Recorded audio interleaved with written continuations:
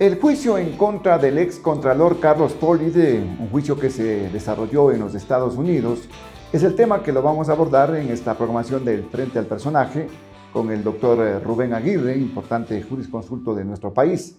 No olviden ustedes que nos encuentran en las plataformas de Global Opinion. Frente al Personaje está en YouTube, en Facebook, en Instagram, en TikTok y también en la cuenta de X, antes Twitter. Gracias por asistir a esta entrevista, Rubén. ¿Cuál es el contexto? ¿Cómo miran ustedes como abogados lo que pasó en los Estados Unidos? Ahora pues que ya existe un desenlace en este juicio que acaparó la atención prácticamente acá en el país en contra de Carlos Polit, ex contralor del Estado, acusado lógicamente de lavar activos en los Estados Unidos en base a los sobornos que recibió acá en el Ecuador. Desde el punto de vista profesional, ¿qué es lo que ha pasado? Bueno, mi estimado Osvaldo, primero gracias por la invitación, un saludo a todos quienes escuchan este importante programa. Nosotros como abogados creemos firmemente que la justicia llega tarde o temprano y que ahora ya no existe la excusa de la persecución política. Debemos entender que nos encontramos frente a uno de los países cuya justicia y cuyos jueces tienen una de las mayores credibilidades a nivel mundial. Y estos jueces son los que han considerado que Carlos Polit es culpable de lavado de dinero, como tú bien lo indicas, en base a los dineros que recibió de Coimas cuando era Contralor General del Estado, lavó a través de sus empresas en Estados Unidos y trató de engañar al gobierno americano sin poder hacerlo, y ahora tiene sanciones y probablemente en los próximos días sepamos cuál va a ser la sentencia. Debemos entender eso. Hasta 45 días tiene la jueza. Sí, tiene 45 días la jueza para dictar la resolución en donde indicará cuántos años va a permanecer preso, entendiéndose de lo que dice la prensa, por lo menos, y lo que dice la justicia americana, que podría llegar hasta un cúmulo de 100 años. Imagínate lo que es 100 años de prisión. Ahora, debemos entender que la justicia americana es muy diferente a la nuestra. Para llegar a donde él llegó, tienen que pasar varios filtros. Incluso cuando llegan a ese tan alto tribunal, están totalmente seguros que existe un proceso penal y que existen las pruebas necesarias y pertinentes que van a justificar su culpabilidad, que es lo que ha pasado en este caso. Tanto es así que le declararon culpable. Entonces, actualmente, él va a recibir una pena. Incluso, mi querido Osvaldo, él podía, antes de tener esta pena, acogerse a una rebaja de penas si es que él asumía o aceptaba su culpabilidad. Como pasó con otros vinculados. Y que ahora sirvieron de testigos, inclusive. Exacto. ¿No? Entonces, en este proceso. Imagínate lo que es, y perdón, quizás el término, la osadía que él tuvo. Él pensó que estaba quizás en un tribunal ecuatoriano, donde aquí llegan hasta las últimas consecuencias y muchas veces con sentencias ejecutoriadas presentan acciones constitucionales ante jueces que ahora están tras las rejas y logran evitar cumplir su sentencia. Estados Unidos es diferente, ¿no es cierto? Él podía haberse acogido y obtener una rebaja, pero no lo hizo. Él pensó que podía quizás demostrar su inocencia o quizás tratar de engañar a los jueces y salir dentro libre. del proceso se trató de tumbar varias veces, ¿no? Estas acusaciones que tenía la fiscal en Estados Unidos.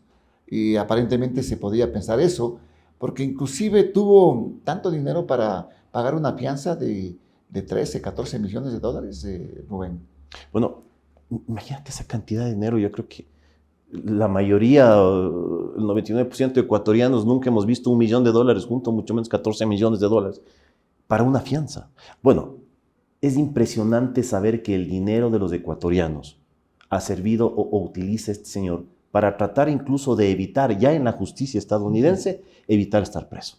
Pero afortunadamente creo que ha brillado la justicia, ¿no es cierto?, y la razón, y ha salido culpable. Tú dices, el sistema es diferente en este caso, dentro del ámbito del juzgamiento. Tuvo que pasar, me parece que han sido como 2 años desde que comenzó este proceso hasta que termina yendo al tribunal, en donde 12 jueces independientes, 12 jueces que quizás no lo conozcan, pues lo declaran culpable de manera unánime, ¿no? Bueno, como tú sabes, de los delitos Osvaldo, a los que ha sido acusado. Así es, pero como tú sabes, cada país tiene justicia diferente, tiene sus, llamémosle así, sus leyes distintas, su procedimiento diferente. Al final del camino todo es igual, porque lo que buscan es la justicia, dar a cada quien lo que corresponde. Pero el procedimiento difiere con el nuestro. Nuestro procedimiento inicia con una indagación previa, una investigación, llamémoslo así. De ahí viene la formulación de cargos. De ahí viene la audiencia en el tribunal penal, de ahí puedes apelar a la corte, de ahí puedes ir a casación, e incluso ya una vez con sentencia del más alto tribunal, que sería, llamémosle la casación, puedes presentar recurso de revisión para que se te revise la pena o cuando existe alguna falla en la sentencia o no se ha analizado alguna prueba pertinente. Y algunos, hasta abusando del derecho constitucional, luego presentan acciones constitucionales para tratar de tumbar las sentencias de la Corte Nacional. Entonces, los sistemas son diferentes, incluso las posibilidades son diferentes y también el respeto que tienen los profesionales es diferente. En Estados Unidos quizás los abogados no se atreven a actuar de determinada manera porque las sanciones hacia el profesional del derecho pueden ser tan contundentes que te pueden obligar a salir de la profesión. Te quitan la licencia. Te quitan la licencia y perdiste tu profesión. No es como acá que de pronto tú dilatas las audiencias argumentando hasta situaciones de salud. Mira, tanto es así lo que tú dices y tanta razón tienes que acuérdate que existe una sentencia de la Corte Constitucional, justamente la misma que obligó al señor Glass a entrar de nuevo a la cárcel, en donde sanciona y amonesta también a los abogados que presentaron los diferentes habeas corpus obteniendo la libertad, indicando que existe un abuso al derecho. En otros países, ese abuso al derecho quizás les hubiera costado la profesión.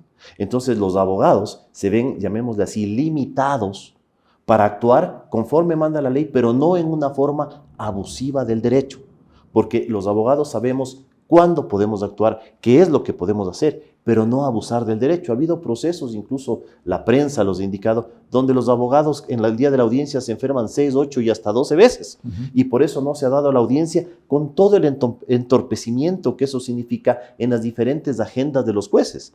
Entonces, eso en otros países no sucede. ¿Por qué? Porque enseguida el abogado es sancionado, y de una forma enérgica. Ahora, ¿cuánto pesa este cambio que existe allá, por ejemplo, el tema del jurado? Se tiene que designar un jurado, en este caso fueron 12 jueces, ¿no? Que determinaron la culpabilidad en base a los argumentos, a las pruebas de cargo y descargo que se presentaron. Bueno, se entiende que debe haber habido pruebas de cargo, descargo, además testimonios contrainterrogatorios, pruebas fehacientes, qué sé yo. Afortunadamente también debemos entender que la tecnología en Estados Unidos y los recursos que tiene la justicia también son muy diferentes a los nuestros. La situación económica del país y especialmente de la justicia ecuatoriana deja mucho que desear, ¿no es cierto? Los recursos económicos que dan a la justicia ecuatoriana, te aseguro que no son ni la cuarta parte de lo que debe recibir la justicia americana. Es por eso que tienen los tecnicismos, los peritos necesarios para poder demostrar más allá la culpabilidad y brindar también a la fiscalía todo lo que necesitan para justificar. La verdad es que si nosotros no tendríamos quizás en algunos casos importantes ayuda extranjera o internacional, quizás no podríamos demostrar ciertos delitos por falta de aparatos tecnológicos que nos permitan demostrar. Entonces, sí debemos de entender también que la situación económica de los países difiere y el apoyo que dan a la justicia son diferentes. La justicia son totalmente diferentes. Es de otro nivel, digamos. Indudable. Y no solo en el nivel de juristas y de credibilidad ante la justicia y del respeto del abogado hacia la justicia, sino también la situación económica como tal. Ahora, pero algo que existe también acá en nuestro medio es este tema de la delación de estos quizás testigos que llegan a un acuerdo con la fiscalía, lo que acá se llama colaboración eficaz, Rubén. Bueno, eso es un símil. Y allá se dio, ¿no? Por supuesto. En este caso. Por supuesto. Y esto me parece que fue contundente para que se pueda condenar a Carlos Poli. Indudable. Indudable. O sea, lo que pasa es que, mi querido Osvaldo, en cualquier parte del mundo, para tú declarar culpable a alguien, tienes que demostrar en su totalidad que esta persona es culpable. Y no debe existir la duda razonable. La duda razonable es que el juez puede pensar que efectivamente estoy dudando si es culpable o inocente porque me presentaron ciertas pruebas, ¿no es cierto? Entonces, el juez tiene que estar totalmente seguro de que el señor, primero que se cometió el delito, y segundo, que esta persona fue quien cometió el delito. Y para ello, dentro de las pruebas, indudablemente son las testimoniales, en donde en este caso, por haberse acogido a ciertos beneficios de disminución, especialmente de pena, han declarado todo. Pero ojo, no solo consiste en ir y declarar, no debemos equivocar. No es que yo, con tal de que me rebajen la pena, digo lo que sea. Tiene que ser un tema Tiene que ser, a verdad, demostrable. Entonces, yo digo que esto sucedió, pero yo debo justificar y demostrar que efectivamente sucedió. Porque si no, pierdes credibilidad como testigo y te quitan esa ayuda y esa disminución. Aquí existe un símil que es el acogerse a testigos protegidos e incluso colaborar con la justicia para asumir la colaboración eficaz a sí mismo para disminuir o incluso para dejar de ser uno de los vinculados o procesados y colaborar con la fiscalía. Sí existe una figura parecido, llamémoslo así, medio similar, que al final del camino también ha beneficiado a la fiscalía en sus investigaciones. Pero esto no conlleva a una situación que puede determinarse que estos vinculados, porque allí hubieron pues testigos que fueron claves, que indicaron cómo entregaron tantos millones de dólares, cientos de miles de dólares al excontralor. ¿No queda en la impunidad este tema también con estos que están vinculados? Bueno, de lo que yo entiendo, por favor, respetando la forma y la justicia y el procedimiento que tiene Estados Unidos, las personas que colaboraron no es que quedan libres, sino quizás la pena es disminuida o la forma de acusarle disminuye. Entonces, en vez de pedir la pena máxima, quizás pido la pena mínima. Pero uno de ellos, en cambio, sí está libre, ¿no? O sea, te estoy hablando en voz alta. Es lo que negoció con la fiscalía. Mira, pero qué importante, lo que pasa es que no se trata de que se impune, sino qué importante información otorgó a la fiscalía en Estados Unidos para su investigación y qué aporte tan contundente dio que indudablemente decidieron o tomaron la elección los fiscales en Estados Unidos para tomar su ayuda y dejarlo libre, si es que es así el caso, ¿no es cierto? Porque debemos de entender que muchas veces tú a quien buscas es al pez gordo. Debemos estar, en un ejemplo de narcotráfico, debemos tratar de detenerle al narcotraficante, no a la mula que lleva 3 gramos. O sea, debemos tratar de tomar, de coger, de hacer justicia al grande. En este caso, indudablemente, el pez grande, el pez gordo, el jefe, si quieres llamarlo de alguna manera, el ideólogo, el que más, es en este caso aparentemente el señor Poli. Porque si no, debían... Bueno, ya no aparentemente. Pues, sin lugar a duda, lo acaban de condenar. Sí, sin lugar, y ahora ya no se trata, ya no hay ni siquiera el hecho de que podría ser inocente. No, indudablemente es culpable y al ser culpable, pues está siendo condenado. Ahora, ¿cuánto pesa, por ejemplo, estos testimonios? ¿Y cuánto pesa digamos, la voluntad de Carlos Poli de entregarse inmediatamente a la justicia americana? Bueno, yo entendería que es una demostración quizás que está haciendo, o pensemos... ¿O es una estrategia?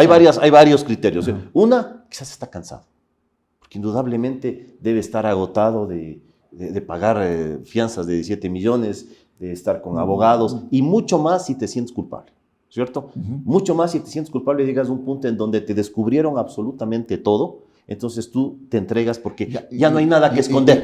Pero en todo eso, caso... Eso podría ser una cosa. Otra podría ser una estrategia. Que su abogado está pidiendo una nueva fianza. Apelación. No, es más, va a pedir, tengo entendido que va a apelar la resolución. Una nueva fianza para que salga en libertad. Si es así, pensando en voz alta, no sé cómo será la legislación allá, pero pensando en voz alta quizás es una forma de demostrar a la justicia estadounidense que no hay riesgo de que se fugue y podría quizás poner una fianza menor a los 7 millones o una fianza no muy diferente por la demostración que él hizo de entregarse.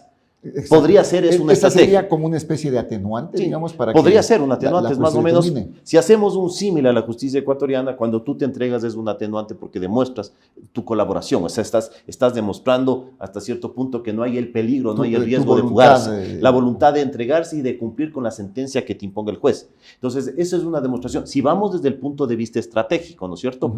Indudablemente, ya veremos cómo se va desenvolviendo este proceso y ya veremos qué es lo que sucede. Si efectivamente fue una estrategia o simplemente es el hecho de que el hombre ya quiere resolver sus problemas o ya no tiene nada más que hacer o a dónde esconderse. Pero coincido contigo, si piensa mal y acertarás, ¿no es cierto? Claro. Yo creo que indudablemente puede ser una estrategia tratando de beneficiarse en el monto de la fianza, porque además él ya sabe que es culpable. Si antes que sin saber que era culpable le pusieron 14 millones de dólares, imagínate ahora qué fianza podrían ponerle sabiendo que es culpable y que podría llegar hasta 100 años. Oye, lo impensable de dónde tanto dinero, ¿no? Bueno, primera aparentemente fianza las empresas, ¿no? Una primera fianza de 14 y una segunda que la jueza determinará cuánto. Indudable. Ahora, si es que se le concede. Tomando desde ese punto de vista, la estrategia de Poli no sería mala, porque está demostrando a la justicia estadounidense que está dispuesto a cumplir la pena, entre comillas. Veamos qué sucede y ya nos daremos cuenta a través del tiempo cuál fue la verdadera razón por la que él, ese momento, según las noticias, se quitó el traje y decidió entregarse a la justicia. Así es. Ahora, pero lo que tiene que determinarse es aparentemente una propiedad, o es una propiedad que se ha confiscado, ¿no?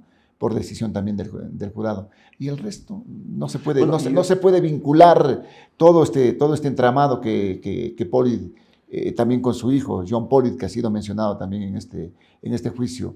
No se puede determinar qué mismo tenía, cómo funcionó este tema de lavado de activos. A ver, debemos entender una cosa. La diferencia quizás entre la justicia estadounidense y la ecuatoriana es que el momento que te condenan, también tienes que reparar económicamente y financieramente lo que te imponga la corte. No es como en el Ecuador, que aquí te imponen que pagues 6 millones de dólares y 5 años, y cumpliste 2 años y medio o 3 años, y sales y no pagaste. Y no pagaste, claro. Ahí te cobran. Y además, si es que se demostró en este proceso que ese dinero entró a tales empresas, que se adquirió tales bienes, no lo dudes que se van a incautar estos bienes y quizás salgan a remate para ser restituidos muy probablemente al gobierno estadounidense, que es el afectado, ¿no es cierto? Y en lo que se refiere a otros participantes que quizás ahora se encontró o se demostró, tampoco dudes que la justicia estadounidense va a iniciar nuevas acciones. Puede continuar con otras acciones contra tales personas en donde, tomando en cuenta el procedimiento americano, muy probablemente acepten su culpabilidad para tener una pena disminuida. Ahora, fueron mencionados de pronto en estas delaciones de estos testigos, Concienzado Santos o Rivas Domenech, Sánchez, fueron mencionados otros nombres, por ejemplo, el actual alcalde de Milagro, que a propósito fue como testigo inclusive de Carlos Pollitt en los Estados Unidos. Se mencionó al exministro del Interior, José Serrano, igualmente. ¿Ellos pueden ser vinculados o no pueden ser vinculados en la justicia americana? Mira, yo te voy a ser muy honesto porque no tengo un conocimiento pleno de la justicia americana y no me atrevería quizás a darte un criterio jurídico al respecto, pero actuando con simple lógica, yo creería que esta sentencia de Pollitt termina el proceso en contra Pollitt, pero no quiere decir por ello que no se puede iniciar otro proceso en contra de más inmiscuidos en el delito de lavado de dinero en Estados Unidos. Entonces, si el gobierno americano, a través de su fiscalía, considera que alguien más cometió un delito, yo estoy totalmente seguro que iniciarán las acciones legales. Ahora, supongo yo que analizarán si realmente existe mérito suficiente para iniciar acciones legales. Si no han cometido delitos en Estados Unidos, violentado las leyes de Estados Unidos, no pueden ser indudablemente, si no han violentado las leyes de Estados Unidos, y quizás si después de escuchar las versiones, después de analizar toda la documentación y toda la prueba que tiene, porque acuérdate que no solo hay pruebas testimoniales, hay pruebas periciales, hay pruebas documentológicas, habrá varias pericias de video, sonido, de 1000 contables para poder demostrar el lavado de dinero, para poder establecer cómo lo hicieron, ¿no es cierto? Si ellos luego de verificar todo esto creen que tienen un caso contra tal o cual persona, indistinto a Pollitt, yo estoy seguro que lo van a iniciar. Pero si quizás después del análisis respectivo ven que no existe un caso, no existe la fortaleza para iniciar un proceso, muy probablemente no lo hagan. Ahora, existe también ayuda internacional eficaz, ¿no es cierto?, en donde podría la Fiscalía ecuatoriana, si consideran y ven que existe mérito suficiente, podrían aportar con documentación, si es que el delito fue cometido en el Ecuador, como aparentemente lo fue, ¿no es cierto?, podría iniciarse las investigaciones respectivas y llegar a una sentencia. Ya. Entonces podría ser un aporte. La Fiscalía del Estado podría... Y no sería la primera vez que Estados Unidos aporta a la justicia ecuatoriana. Cooperación internacional. Sí, cooperación penal internacional. Ajá. No sería la primera vez que existe este tipo de cooperación. Indudablemente la Fiscalía, si es que tiene esta documentación en su momento, pues realizará las investigaciones pertinentes. Creo que la señora fiscal nos ha demostrado recientemente que hace muy bien su trabajo. Claro, y en este caso, acordémonos que son testimonios bajo juramento, ¿no? Los que se emitieron en este juicio en los Estados Unidos. Indudable. Lo que pasa es que los testimonios ya en el juicio como tal son con juramento. En nuestro país, incluso cuando estás en el juicio en el tribunal penal, es con juramento. Cuando estás en la etapa de investigación, es sin juramento. Ahora, de todo lo que se ha dicho y de todo lo que se llega a determinar, se habla de que le entregaron maletas de dinero, cajas de dinero al excontralor Carlos Pollitt. ¿Esto podría, como tú dices, determinar una acción de la Fiscalía por iniciativa propia?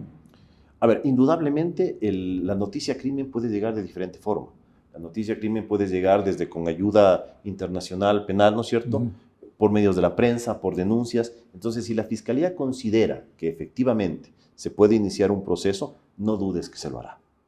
No dudes que se lo hará, en tanto y en cuanto el delito fue cometido en el Ecuador, que aparentemente así lo fue, porque aquí fue donde recibieron todos los valores, hubo gente que lo dio, indican hasta la forma en que se llevaron. Entonces, indudablemente podrán iniciar acciones legales y yo me atrevería a pensar que lo van a hacer. El tema en Estados Unidos, que ha propuesto Pollitt es ciudadano americano, ¿no? Es porque lavó allá. Exacto. Lavó esa plata indudablemente, allá. O sea, él lo que hizo es el dinero que mal habido del Ecuador lo trasladó a Estados Unidos y a través de sus empresas quiso lavar el dinero. Obviamente, bueno, el gobierno estadounidense lo hizo. No lo hizo, pues, bueno, quizás intentó hacerlo, pero al final del camino Estados Unidos lo descubrió y a través de la Fiscalía pero mira, lo sentenciaron. compró edificios, compró casas. Todos esos edificios, a mi criterio, tendrán que... De inversiones. Los perderá, indudable. Pero mira, todo lo que él cometió, todo lo que él hizo, los errores que cometió, sirvieron para que la justicia estadounidense descubra, lo condene, y indudablemente quitarán esos bienes mal habidos, porque no es que le condeno y él quedó con el edificio, o se hereda a la familia, no, claro, es una seguridad que tiene él que... No es que va a usufructuar. No es que va a usufructuar, no, para nada. Él tendrá incluso que pagar, y yo supongo que no solo lo que compró, sino mucho más, porque la justicia estadounidense, en su resolución, en su sentencia, que quizás en pocos días la obtendremos, van a hacer una sanción, además de la cárcel, indudablemente carácter reparatorio. Ahora, vinculando este caso y esta declaración de culpabilidad, porque no se sabe todavía cuál va a ser la condena de Carlos Pollitt, ¿se puede vincular con el tema que se aprobó en la consulta popular este último fin de semana, el tema de la extradición, por ejemplo? A ver, la extradición a lo que se refiere no es la extradición del gobierno de Estados Unidos acá. La extradición que aprobamos es la extradición de ecuatorianos hacia los Estados Unidos o hacia el país donde es requiriente. Entonces, la extradición se refiere a que ahora los ecuatorianos ya pueden ser sacados, llamémoslo así, de su país, si es que se demuestra que han cometido un delito en otro país y obviamente el gobierno de ese país solicita que dicho ciudadano vaya a rendir cuentas, por llamarlo de alguna manera, de los delitos cometidos hacia ese Estado. No viceversa, pero me parece a mí que los Estados Unidos, me parece que sí tiene el tema de la extradición, sí, pero ojo, en el caso de Pollitt, tendría que primero cumplir la pena allá y luego venir a cumplir la pena acá. Así que probablemente no le alcance por la edad. Porque de acá escapó, pues, ¿no? De acá escapó y me parece que tiene sentencias de 6 años, pues, 6 u 8 años. Tendremos que esperar o los 100 años o los 65 años que dicen que le van a poner o el tiempo que sea. Y luego, indudablemente, será mandado al Ecuador para que cumpla, si es que el Estado ecuatoriano lo solicita, o cumpliendo los canales oficiales, para que cumpla su pena acá. En lo personal, creo que no va a avanzar. No creo que no merezca, ni que no tenga que cumplir, sino tiene que cumplir. Pero por tema de edad, por tema de tiempo, no creo que llegue. Pero yo quería vincular a lo que se manifiesta, que ahora con el tema de la extradición, por ejemplo, casos como el de Jorge Glass o de otros, el de Fito, por ejemplo, puede ser requerido por los Estados Unidos. Por supuesto que sí. ¿Seguro? Por supuesto que sí. Pero ¿qué delito han cometido en Estados Unidos? No. Para ser requeridos. Claro que sí. Te doy un ejemplo, los narcotraficantes colombianos. ¿Qué delito cometieron en Estados Unidos? Ninguno, si ni siquiera llegaron a pisar Estados Unidos. En el caso de Fito, de pronto. Sí, pero están involucrados aparentemente en tema narcotráfico. Era el brazo fuerte o el brazo armado, llamemos así, de los narcotraficantes. Entonces, el momento que un país, si es que considera, porque no es que porque ser Fito se va a Estados Unidos, no. O sea, si es que Estados Unidos o el país requiriente considera que él cometió un delito hacia su país y que él fue partícipe de los delitos ocasionados en ese país, pueden solicitar la extradición. No estoy diciendo que por ser Fito o por ser fulano de tal puedan ser extraditados, sino si es que ese país considera que él cometió un delito contra ese Estado, claro, puede solicitar. Puede requerir. Que es muy diferente a que todos los que cometen un delito grande pueden irse. En el caso del ex vicepresidente Jorge Glass, él no ha cometido delitos en los Estados Unidos. Bueno, aparentemente no, ¿no es cierto? Claro. Por eso no ha sido llamado, porque si no, ten la seguridad que Estados Unidos hubiera iniciado las acciones legales y ahora que se aprobó la extradición, podrían solicitar su presencia. Para ir aclarando un poco, porque se está lucubrando en este tema, ¿no? Ahora ya tenemos la extradición y Glass y todo eso. Pueden ir a los Estados Unidos, ser requeridos por si es que cometieron un delito en Estados Unidos, pero como tú bien lo dices, si no han cometido, ¿por qué van a pedir la extradición? O sea, el hecho de la figura de la extradición aprobada el día domingo no quiere decir que todos los delincuentes van a irse a ser juzgados en Estados Unidos. No, lo que quiere decir es que si algún delincuente comete un delito que afecte a ese Estado ya tiene la posibilidad de pedir al ciudadano, al Estado ecuatoriano, que su ciudadano ecuatoriano vaya a rendir cuentas en ese Estado, por los delitos cometidos hacia ese Estado, que es muy diferente a que todos los delincuentes vayan a ser juzgados allá. Exactamente. O sea, no confundamos, quizás la ciudadanía piense punto. equivocadamente que desde el momento que se aprobó la extradición, todos los grandes criminales podrán ser juzgados en el exterior. No, siempre y cuando hayan cometido un delito que afecte a ese Estado.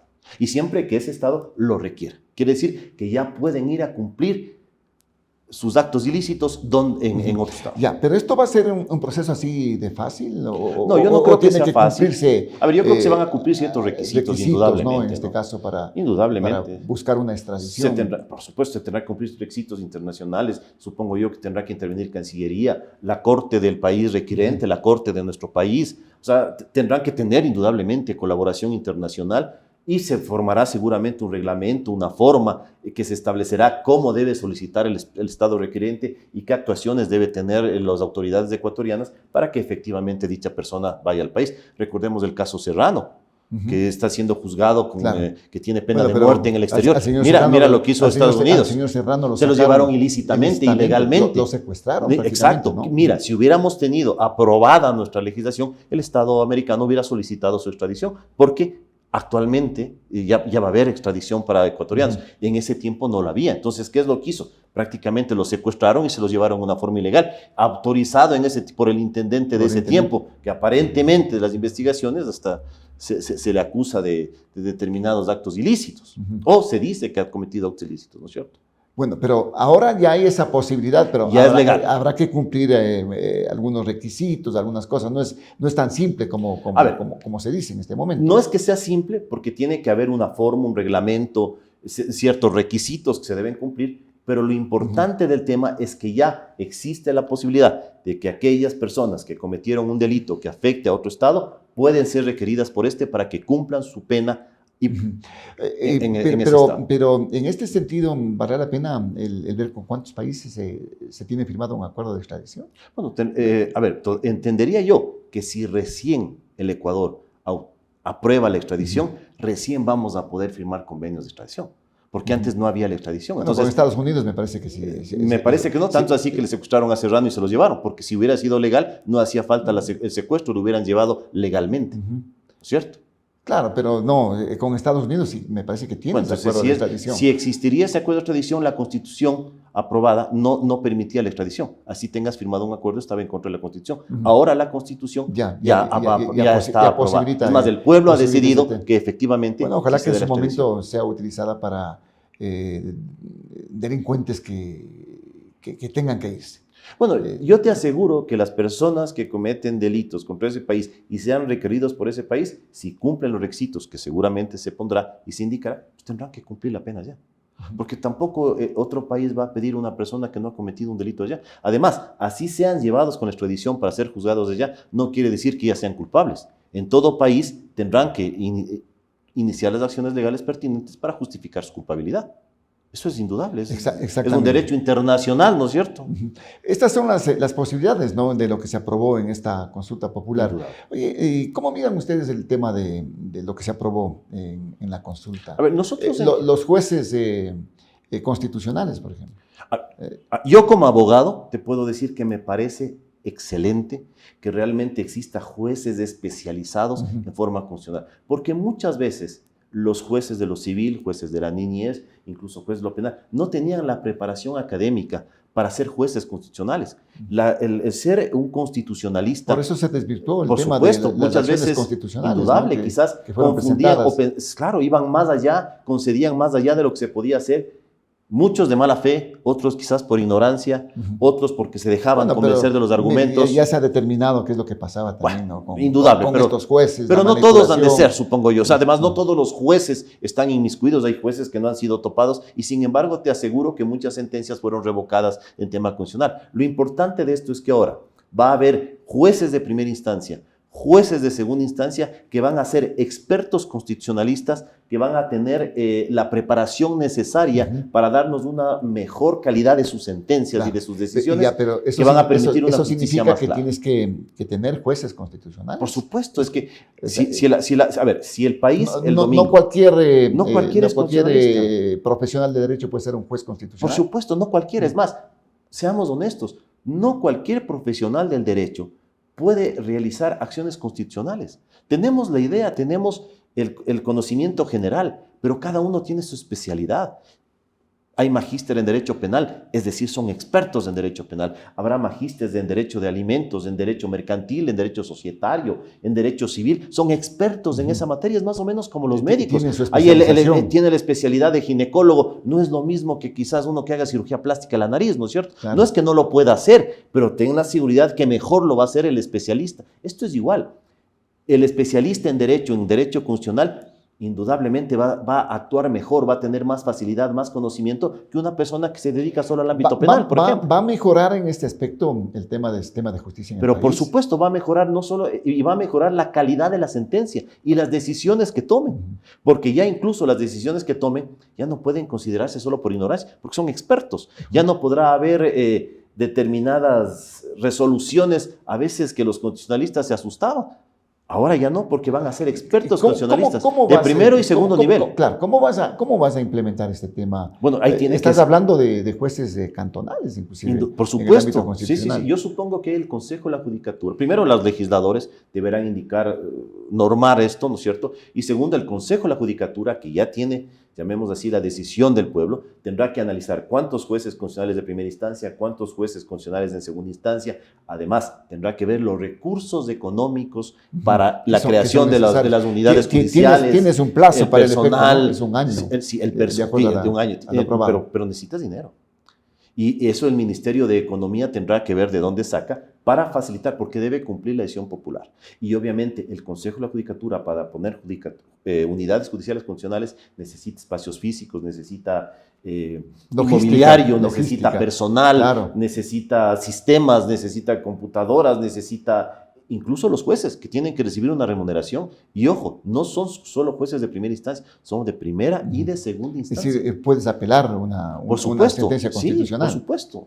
Vas a apelar a segunda instancia donde, entendería yo, van a ser 3 jueces en cada sala o en la sala constitucional que resolver. Y por favor, que no nos pongan una sala constitucional, tiene que ser varias salas. Imagínate cuántos procesos en cada cantón hay constitucionales. Entonces, el momento que solo pones una sala por ahorrarte, esos juicios serán eternos. Esto está muy bien, pero complicado de implementarse también. Indudable, pero se tiene que hacer, porque si queremos sentencias creíbles y mejorar la calidad de resoluciones, tiene que invertirse en la justicia en el Ecuador. Y el gobierno tiene que dar prioridad a la justicia en el Ecuador.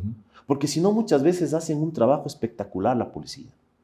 Y resulta que van donde jueces que no tienen la capacidad, y se la categoría. Al traste con todo ese trabajo, ¿no? Entonces, es botar en un saco roto, porque el policía hace su trabajo, los militares hacen su trabajo, y van a la unidad judicial y resulta que no tienen la calidad de jueces, no tienen los elementos, lo que sea. Entonces, ahora debemos priorizar a la justicia en el Ecuador, a mi humilde criterio. Esto de la consulta que se dio y todos estos elementos que se aprobaron en estas preguntas, por ejemplo, esto de la extinción de dominio, por ejemplo, también va a ayudar mucho. Indudable. ¿Por qué? Porque Aun cuando hay reparos en ese asunto, actualmente ¿no? yo creo que sí existía. Habrá que legislar bien. Yo creo que lo que deben hacer es hacer más ágil el asunto, ¿no es cierto? Porque actualmente también, cuando eran quitados en delito los bienes, se podían salir al remate, pero se convertían en medios eternos. Pero tenías que tener sentencia ejecutoriada. Por supuesto, sí. A ver, yo creo que siempre tiene que haber sentencia, en lo personal. Pero ahora ya no. Yo creo que siempre, a ver, no está dicho eso. Ahora el tema de la pregunta era clara. Sí, pero a ver, tiene eso que normarse, porque ¿qué pasaría, pensando en voz alta? El día de mañana a Osvaldo Morocho le denuncian por estafa, por cualquier delito. Resulta que te inician el proceso, te quitan tu auto, te quitan tu casa, te quitan tus bienes, y luego resulta que eres inocente. Después sale la sentencia que eres inocente. ¿Quién va a devolverte los bienes? El Estado ecuatoriano. ¿Cuándo te va a devolver si no tiene plata? Ya no, exacto. Disculpa, ¿cómo haces para que te... Entonces vas a la Corte Internacional a que te devuelva. Y sale la sentencia a tu favor después de 8 años de luchar para que te devuelvan los bienes. Y vienes al Ecuador y te dicen... No hay. Qué pena, no hay plata. Cuando tengamos le vamos a dar. Entonces no, pues nadie puede violarse. Lo que yo considero que debe hacerse es trámites más cortos, más rápidos, quizás en determinados casos, cuando hay determinadas pruebas, cuando ya se establece, indudablemente tiene que esos bienes pasar al Estado. Y el Estado lo que sí tiene que hacer es rematar fácilmente, porque ahora lo que existe es una demora, porque carambas, es toda una traba, siempre encuentra algo, y yo creo que ahí también Contraloría tiene que colaborar. Porque muchas veces hay funcionarios que sacan a remate los bienes y resulta que Contraloría les encuentra los 5 pies al gato. Entonces la gente prefiere no sacar a remate porque el día de mañana voy a tener un inconveniente. Exactamente. Entonces prefiero no meterme. Tienen que ser claro, capaz de que se pueda rematar rápidamente a precios reales también. Porque muchas veces quieren sacar a remate bienes que tú en el comercio normal consigues a la cuarta parte o a la mitad del precio. Entonces debemos ser más claros. Es una puja, pues ahí no. Sí, remate, no, porque también depende desde dónde inicias. Martillo, me parece que es eso. A ver, depende de los bienes. Entendería yo que tú tienes que presentar de acuerdo al avalúo. Quizás remate al martillo, tienes de acuerdo al avalúo con una base imponible. Claro. Entonces imagínate lo que es que tú quieres rematar tu Mercedes-Benz con una base imponible de $80,000, cuando ahora tú vas a la Mercedes-Benz y consigues Mercedes-Benz de $30,000. No, pero por lo general los precios son menores, los precios en este caso en el tema de... No necesariamente, Osvaldo. De remates de este tipo de bienes. Mira, Osvaldo, aunque tú no lo creas, realmente lo que ha venido a entorpecer es justamente que no se pone precios reales. ¿Y por qué muchas veces no se pone precios reales? Por miedo a que el día de mañana van a ser revisados y pueden ser sancionados y hasta enjuiciados. Entonces yo creo que lo que debe es normarse para que esto sea rápido, expedito y eficaz. Capaz de que el Estado ecuatoriano pueda tener esos dineros y esos dineros invertirlos en la justicia. En el proyecto de ley que tiene que presentar el presidente de la República. Te aseguro que lo va a estar. Te aseguro que lo va a estar porque eso es lo que el pueblo decidió y el presidente lo que necesita es darle viabilidad y agilidad. Ten la seguridad que así va a suceder. ¿Tú le ves una mejor perspectiva al tema de la justicia, que es tanto lo que se necesita, lo que se reclama, lo que se ha evidenciado en el tema también de estos hechos delictivos, de corrupción? ¿Hay visos que puede cambiar con todo esto? Por supuesto que sí, por supuesto que sí. Es más, yo creo que lo que ha sucedido a aquellos jueces que nunca cayeron en la corrupción y a aquellas personas que hoy aspiran a ser jueces, les permite ver que nadie está fuera de la ley, nadie está al margen de la ley, ¿no es cierto? ¿Por qué? Porque se demostró que jueces nacionales, jueces provinciales, jueces de primera instancia, presidente del Consejo de la Judicatura, ha sido iniciado procesos, vocales del Consejo de la Judicatura, imagínate, ellos decidían la justicia, ellos normaban, era lo más alto que había en la justicia, no estaban libres de que el peso de la ley los caiga si cometían un delito. Entonces ahora, aquellas personas que aspiran a jueces ya saben que tienen que tener mucho cuidado, porque el día de mañana pueden ser investigados y si es que cometieron algún ilícito, van a ir a la cárcel. Antes, muchas veces se creían intocables, ¿no es cierto? Eran inmortales para la justicia porque nadie les podía hacer nada. ¿Por qué nadie les podía hacer nada? Porque eran los que resolvían, porque eran los miembros del Consejo, la Judicatura, o porque eran los jueces nacionales y porque yo tenía las amistades con los jueces. Ahora no. Ahora demostró la Fiscalía que nadie está fuera de la ley. Entonces, los jueces tienen que mejorar o van a mejorar porque si no se van a ir a la cárcel. Esto a mí me parece Entonces, lo mejor que pudo haber pasado. Es duro lo que te digo, pero creo que es lo mejor, porque antes eran intocables. Ahora nadie es intocable para la ley, y mucho más siendo juez. Entonces, aquellos, ahora que estamos en este concurso para la Corte Nacional, ten la seguridad que muchos que pensaban que ir a la Corte para enriquecerse, ya ni siquiera se presentaron su carpeta porque saben que pueden ir a la cárcel. Parece que sí, que sí, porque en Sí, porque hasta ha habido menos aspirantes. No, pero es que en el proceso se han ido eliminando, ¿no? Además, de admisión. Además, pero no solo en el proceso de admisión, sino también que mucha gente ya sabe que no es tan bueno estar en la Corte Nacional, porque si yo trato de pedir dinero por una sentencia, puedo ir preso. Antes no pasaba nada. Es más, de jueces nacionales corruptos iban al Consejo de la Judicatura, una posición más alta. Muchas veces de jueces de primera instancia iban a la Corte Provincial de Presidentes. Ahora saben que cometiste un delito y te vas a la cárcel. Y si eres juez, tienes que actuar bien y en derecho, porque si no, también te puedes ir a la cárcel. Entonces, a mí me parece que en el Ecuador sí existe una luz al final del túnel, y creo que esta luz cada vez la vemos más clara para que los nuevos jueces piensen y actúen conforme a derecho. Y no se trata de enriquecerse, sino de brindar a la ciudadanía la mejor justicia que puedan. La judicatura, en este caso, que está estructurada, es un nuevo Consejo de la Judicatura, ¿no? Está planteando evaluación de jueces, de funcionarios me parece fantástico. de la función judicial. Me parece correcto. Ya debe haber un baño para que los que estén en la función judicial sean aquellas personas probadas, que son gente honesta, gente correcta, gente decente. No cualquiera puede ser juez.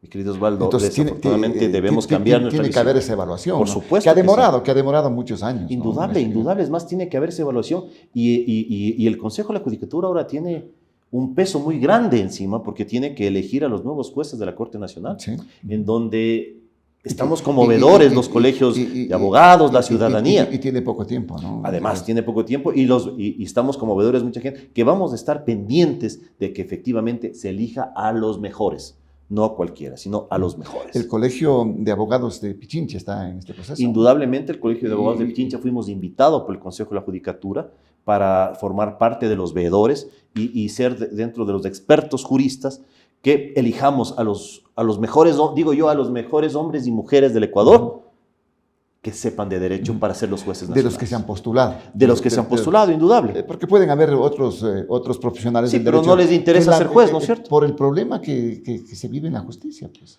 Algunos porque de pronto no les conviene, otros porque... A ver, hay varias formas. Mira, ahora que estamos hablando de Estados Unidos, en Estados Unidos terminar en la Corte Nacional o en la Corte Suprema es realmente un honor muy grande. Y no se trata del tema económico, porque allá los juristas ganan muy bien.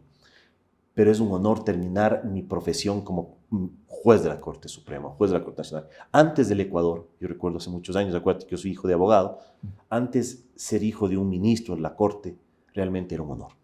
Y llegar a ser ministro de la Corte era un honor. Yo creo que ese honor que es ser juez nacional, juez provincial, juez de primera instancia, debe volver. ¿Y eso cómo lo haces? Con credibilidad, con honestidad y con conocimiento. Antes teníamos mucha prestancia, pues, ¿no? En la representatividad, inclusive, de quienes eran jueces. Indudable. Nunca hubo este tipo de cosas. En una Corte Suprema de Justicia. Era realmente suprema. Claro, era suprema la Corte. Así es. En ese momento. Entonces, yo espero... ¿Le ves buenos visos entonces con lo que se está haciendo en este momento, con lo que ocurre en el país, en medio de la vorágine que tenemos respecto al tema de seguridad, de tema de corrupción, etcétera, etcétera? Mi querido Osvaldo, yo veo que existe una luz al final del túnel y, como te digo, esa luz cada vez es más fuerte. ¿Por qué? Porque creo que estamos en una posibilidad, estamos en el tiempo para elegir a las mejores personas. Creo que el Consejo de la Judicatura tiene ese trabajo, aparentemente hasta ahora lo está haciendo a cabalidad, esperamos que así sigan, ¿no es cierto? Y si no, como te digo, pues los colegios o los veedores seremos los primeros en denunciar al país que quizás no se está respetando la ley o se está tratando de beneficiar a una u otra persona. Yo espero que esta vez, después del ejemplo que dio la Fiscalía, ¿cierto? Porque hay que ser honestos, la Fiscalía dio un ejemplo muy fuerte al detener a muchos jueces, al demostrar la corrupción que existía. Creo que es el momento oportuno para mejorar a la justicia y, dentro de los postulantes, ¿no es cierto?, tratar de elegir a los mejores hombres y mujeres para que sean los nuevos. Es lo que se espera. Rubén, muchísimas gracias por tu presencia en la programación de Frente al Personaje. El doctor Rubén Aguirre, importante jurisconsulto, miembro del Colegio de Abogados de la provincia de Pichincha, aquí comentando sobre estos temas que tienen que ver específicamente con el ámbito judicial. Así se desarrolla la justicia en otros países, como en Estados Unidos, y esperemos que todo lo que se está haciendo en este momento en el país, lo que se aprobó también a nivel de la consulta popular, sea implementado y que vaya en beneficio de tener una justicia más transparente, una justicia que sea justicia y que beneficie a todos los ecuatorianos. Gracias por la sintonía, no se olviden, estamos en las plataformas de Global Opinion, sintonícenos a través de YouTube, estamos también en Facebook, en Instagram, en TikTok, también estamos en la red X, antes Twitter. Dennos sus likes, comenten por favor los programas, sus aportes serán importantes para seguir haciendo un periodismo transparente y un periodismo de calidad. Con esta programación pues será para las próximas horas que estaremos con ustedes. Felicidades.